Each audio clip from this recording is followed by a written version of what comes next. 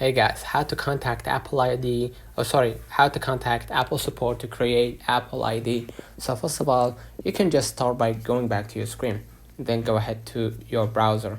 Basically gonna look for Apple support on your browser, right? Look it up, and afterwards you're gonna see in the search results the official website of Apple. Go ahead right here and you're gonna see this is what gonna looks like. So basically what you're gonna do, this is what gonna look like. So what you're gonna do next, you're gonna just go ahead and right here and click iPhone, and what you're gonna do, just scroll a little bit down to define right here the get support and support app. You're gonna click on get support, right, and make sure that you log in with your account on Apple. So what you're gonna do, you're gonna just click more right here, right, scroll a little bit down until you find the App Store, click on it, and basically go ahead right here, see your support option, click continue, and they will ask you to sign in with your Apple ID, right?